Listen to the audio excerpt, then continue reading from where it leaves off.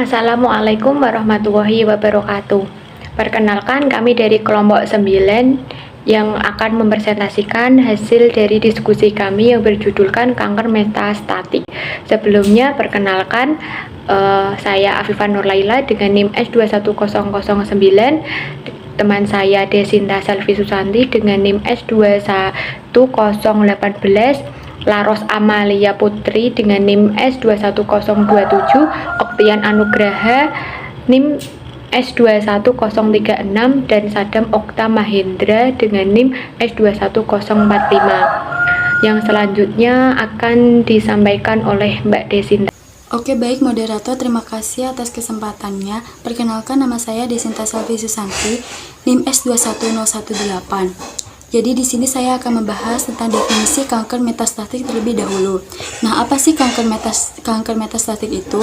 Kanker metastatik adalah penyakit yang menyebar dari satu organ ke organ lainnya secara tidak langsung terhubung ke sumber penyakit. Nah, jadi kanker metastatik ini mudah menyebar apabila kita tidak bisa mencegahnya. Kemudian saya akan membahas tentang jenis-jenis kanker metastatis. Di sini saya akan membahas 4 jenis kanker metastatis.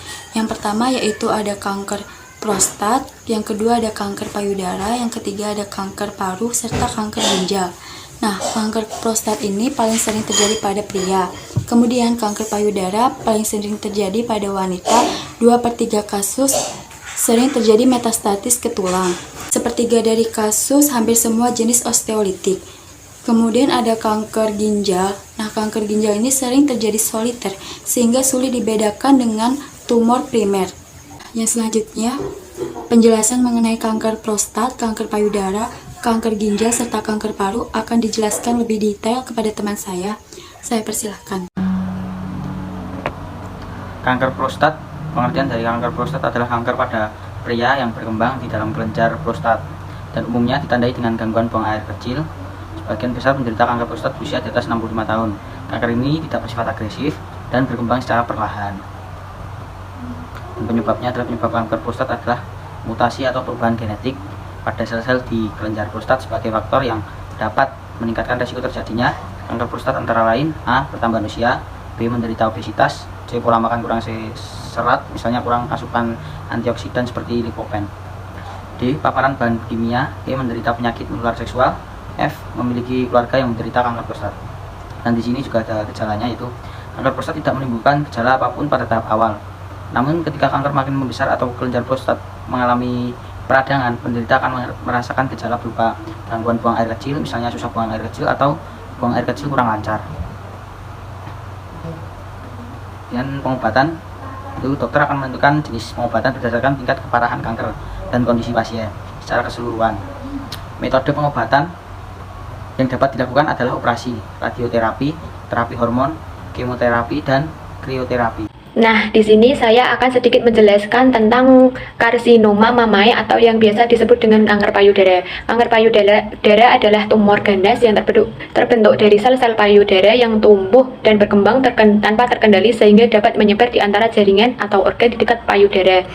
Kanker payudara atau istilah medisnya karsinoma mamae adalah momok pembunuh kedua bagi kaum wanita di Indonesia setelah kanker rahim. Kanker payudara terjadi karena terganggunya sistem pertumbuhan di dalam jaringan payudara. Faktor-faktor risiko timbulnya kanker payudara adalah: yang pertama, bertambahnya usia yang semakin tua, terpapar radiasi dari radioterapi, melahirkan di atas usia 30 tahun, belum pernah hamil, belum menopause hingga usia 55 tahun, menstruasi terlalu muda antara usia 12 tahun ke bawah, menjalani terapi hormon estrogen dan progesteron, pernah menderita kanker payudara sebelumnya, dan memiliki riwayat kanker payudara pada keluarga. Kanker payudara sendiri terbagi menjadi 3 tahap. Yang pertama ada kanker payudara primer. Nah, sebagian besar kanker payudara ditandai dengan fibrosis jaringan stoma dan epitel payudara. Seiring pertumbuhan kanker dan invasi kanker ke jaringan sekitar, respon desmoplastik menyebabkan pemendekan ligamentum suspensorium Cooper sehingga terjadi gambaran reaksi kulit payudara. Saat aliran limfatik dari kulit ke kelenjar getah bening lokal terhambat, terjadilah edema lokal yang ditandai oleh tampilan kulit jeruk. Dan yang kedua ada metastatik kelenjar getah bening aksila. Saat kanker payudara primer membesar, sel kanker menyusup ke celah antar sel dan pindah ke sistem limfatik menuju kelenjar getah bening regional, terutama kelenjar getah bening aksila. Kelenjar getah bening yang terlibat awalnya teraba lunak namun menjadi keras dan mengalami konglomerasi seiring pertumbuhan sel kanker. Yang ketiga ada metastatis jauh. Metastatis jauh biasanya terjadi secara hematogenik setelah neovaskularisasi. Aliran darah vena yang terlibat dalam metastatis jauh antara lain vena interkostal dan aksila menuju paru-paru dan flekus vena peston yang menuju kolumna. Untuk tanda-tanda kanker payudara sendiri ada terasa benjolan di dalam payudara dan sering tidak berasa nyeri, terdapat perubahan tekstur kulit payudara yang mengeras dengan permukaan seperti kulit jeruk. Terus juga terdapat luka pada bagian payudara yang tidak sembuh, keluar cairan dari puting.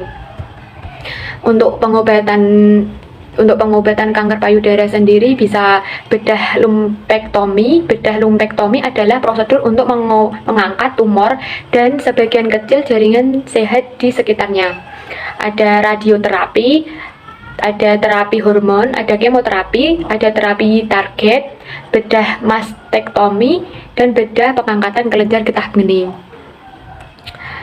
Selanjutnya akan dilanjutkan oleh rekan saya. Selanjutnya yaitu kanker paru.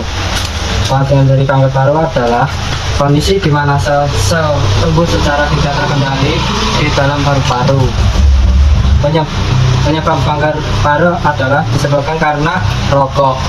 Rokok adalah faktor resiko terbesar dari kanker paru.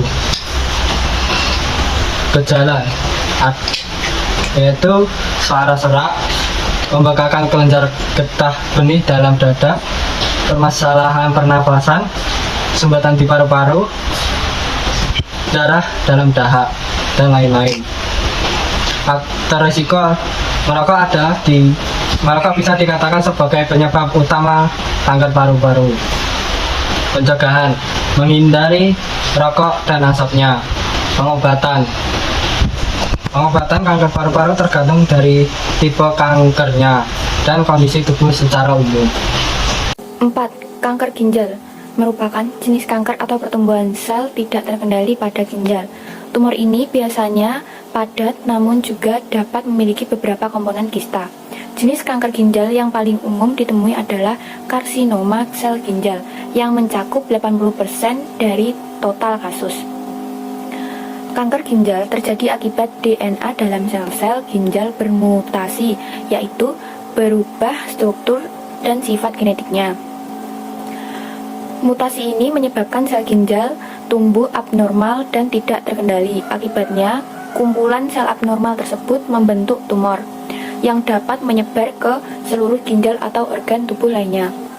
Ada beberapa faktor yang dapat meningkatkan resiko terjadinya kanker ginjal, yaitu merokok, mengalami hipertensi, memiliki berat badan yang berlebih, memiliki riwayat kanker ginjal dalam keluarga, berusia lebih dari 50 tahun, menjalani perawatan gagal ginjal dalam jangka panjang seperti cuci darah, bekerja di lingkungan yang mengakibatkan terpapar bahan kimia tertentu seperti kadmium, menderita penyakit kelainan bawaan, dan biasanya penderita kanker ginjal itu berjenis kelamin laki-laki.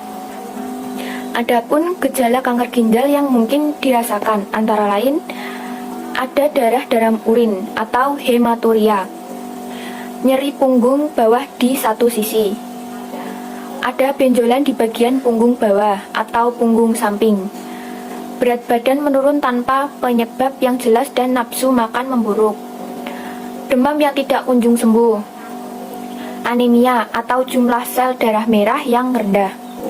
Untuk mencegah terjadinya resiko kanker ginjal, maka ada beberapa tindakan pencegahan yang bisa dilakukan, yaitu 1. Berhenti merokok dan menjauhi asap rokok. 2. Jaga pola makan dan tetap aktif sehingga berat badan menjadi terkontrol. Tingkatkan konsumsi sayur dan buah serta lakukan olahraga secara rutin. 3. Hindari paparan zat berbahaya. 4. konsultasi lebih lanjut pada dokter jika Anda termasuk golongan orang yang berisiko. Nah, kemudian di sini saya akan membahas tentang pencegahan kanker metastatik. Yang pertama yaitu menghentikan kebiasaan merokok dan minum minuman beralkohol. Ini adalah salah satu faktor pemicu penyebabnya kanker paru. Kemudian yang kedua yaitu mempertahankan berat badan ideal dengan mengkonsumsi makanan yang kaya 4 sehat 5 sempurna seperti buah-buahan, sayuran, nasi, air putih, ikan, serta kacang-kacangan.